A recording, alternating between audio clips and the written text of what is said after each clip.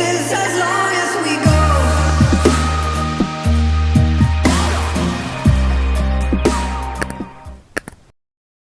Hey guys, welcome back to the channel, and if you're new here, welcome to the channel. So today we have a really big appointment for Tucker.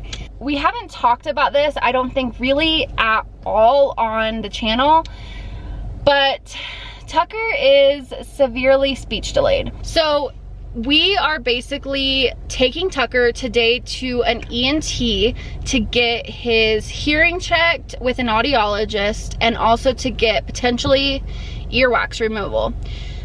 Tucker's speech delay has been evaluated by speech therapists, pediatrician. When normally you're thinking about a speech delay or developmental delay, one of the biggest questions that gets brought up is autism. Every provider that we have worked with does not believe that Tucker has autism or any of the signs of autism, and I agree with them. However, we had him in speech therapy for I would say we had him in speech therapy for like 8 months, six to 8 months, and we didn't see any progress at all. And it's really strange because Tucker, up until he was about 14 months old, he was developing normally, talking normally. He would say single word phrases, which at the time was very age appropriate. He was learning new things, socially was a normal kid, just everything that you could kind of think and like try to come up with a reason for. It just, none of it ever made sense. And bottom line, we don't believe he has autism. If he does, it's not, we don't love him any less. It doesn't change anything, but obviously we want to get the correct evaluation, diagnosis, so that we're handling it correctly, if that makes sense. So today we're going to see an ENT. Like I said, a pediatric ENT. They're going to check his hearing because that's kind of one of the first steps at really getting to the bottom of what is going on. Our next step is doing a genetic test with his pediatrician, and that's pretty much just to determine if he has any genetic markers for any rare conditions. It would show if he has genetic markers for autism, which they're able to see with genetics now. We would get more of like a clear understanding of his actual like biology and stuff with the genetic test, but again, it doesn't really treat the problem. It's just to have an understanding. And so where we're at right now is pretty much trying to rule out hearing loss. I tend to think that that's some of what it is, because somebody next to us, because I've researched a ton about toddler hearing loss, and he does have almost every single symptom of that. We can't communicate very well with him, and he realizes that, and so he's adapted his way of trying to get our attention to where now he'll pull me in a direction where he wants me to go, or like he'll tap on what he wants, or he'll point to what he wants, but he doesn't actually have a way of like communicating that to me verbally. So, and also we haven't taken enough time to fully learn sign language either. He's of course learned like minimal things like more, and a few other things, but we haven't full on done that just because we didn't think of it as being a hearing loss issue or a long-term need to learn sign language. So I am waiting on a referral for a neurologist just because that's the next step anyways. If nothing else, he's getting really close to 3, which is kind of the end mark for the room for early intervention if it is autism or something like that. So I definitely need to get him evaluated if the hearing is not the issue. But I'm just trying to take everything a step at a time. So we are about to head out to the ENT. We will get some clarification. We're gonna try to record if they will let us. If they don't, we will let you guys know how it went afterwards. But we just haven't opened up about this a whole lot because we didn't know what was going on. I feel like in some aspects it's a private issue. So I mean, at this point, if you have any information that could help us or anything like that, like I'm at a point where we really just want answers. We want to be able to help Tucker and have him live as normal of a life as possible. And communication is such a big part of life. So we're just really at this point trying to do what we can to help him out. But with that being said, we're gonna head out to the ENT and we will let you guys know how it goes. Thank you.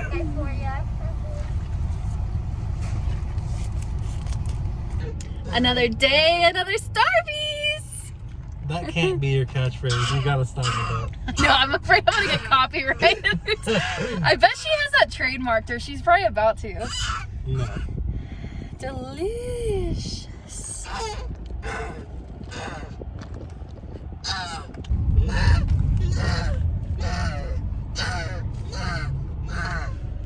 Is that right, Tucker? Yes, Tucker? What can I do for you, baby?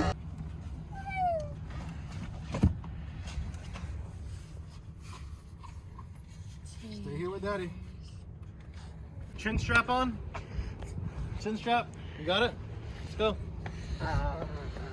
Let's go, Tucky man. Tucker, you ready for this, buddy? You about to clean out them ears, boy. You about to be listening to Daddy now. So I'm guessing the first floor. So this is parking lot too, so I'm guessing there's a number 1 floor. Not parking. Yep. Sit down. Sit down, buddy. Watch a movie.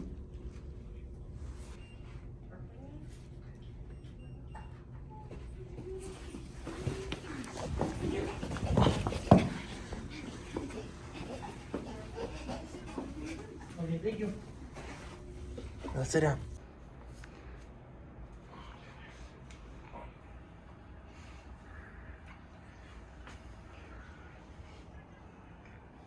Hey, Taters. Hey.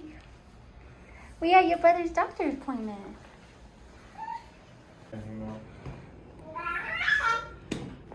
All right, guys, so we just got done at the doctor and it didn't really go very good. Obviously Tucker didn't behave very well, so that was a huge issue. But basically from the results, they don't think that it is hearing related. So the only step from here on out, according to the ENT, was to meet with a developmental pediatrician and kind of just try to get to the bottom of whatever developmentally is going on that is preventing him from forming proper speech. And something that the pediatrician, or not pediatrician, something that the ENT said that did make a lot of sense is that Tucker is not like mute. Like, he's not just like antisocial or like just doesn't have a desire to talk. He is making a lot of noises and attempting to talk a lot, but it's not clear, and there's no meaningful speech with what he's saying. So the next step is really the developmental pediatrician and genetic testing, and besides that, we just really don't have any answers. So we're open, like, if you know anything, have any personal experiences, anything like that, that would really help if you want to let us know, because I'm at a point where I'm willing to try anything. I've kind of been at that point for a while. So that's the result of that. Not hearing related, so we just have to figure it out to help get him back on track. Right now we are about to go take the kids to go do something. We still have a full day ahead of us. It's about 2:30 right now, so we will probably go to the park or go do something as a family. But yeah, that was the doctor's appointment. So That's about it. yeah, that's about it. But we're gonna go figure out something to do. It's really hot, the kids are really fussy, so we're gonna get going. But I just wanted to update you guys while it was fresh on my mind, and just let you guys know how it went. Going to the park. You ready to go to the park? Come on. Let's go. Come on, let's go this way. Come on. Good job. Come on. Let's run! Let's run! Run! Run, duckies! Come on! Let's go! You coming or not? Come on, let's go. Let's go. Go, buddy, go. We made it to the park.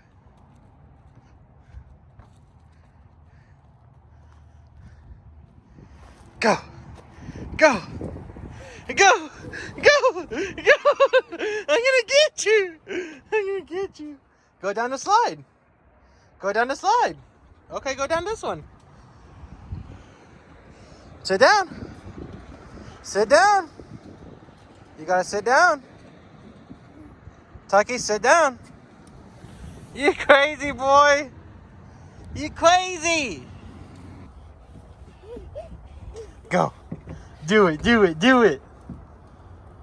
Do it, do it. Good job, buddy. Good job. Come on. Did you have fun at the park? Yeah. Did you have fun? Yeah, you had fun. We just got back home. I'm gonna try to film this really quick because our kids are eating and acting crazy and talking. So my plan is at some point, probably whenever we get some more answers, or just like over the next few weeks, or just in general, to probably sit down and go a little bit more in depth about what's been going on with Tucker, because it's been a lot, and that's a huge part of why I feel like filming has been a little bit different. Just like when everything started happening with Tucker, I was pretty far along in my pregnancy with Tatum, and it's really just changed our lives in a lot of ways. We've had to implement a new diet for Tucker, and that has made it where we don't really, it's harder to go out. Jonas is helping out the kids, so I'm gonna try to get through this really quick. But around the time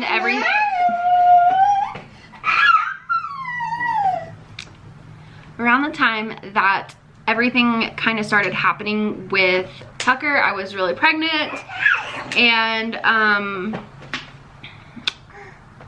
yeah, so like I was saying, it makes it really hard to get out of the house and go do normal activities, because first of all, like if the kids, or if we get hungry, like it's not like we can just pick a restaurant or pick food and go eat, because there's a lot of things that we cannot give Tucker, because with the speech delay we implemented a gluten-free, dairy-free diet, and that makes it really hard to find food places. So if you know of a restaurant that has a lot of options like that, please tell me, because that will make my life a lot easier.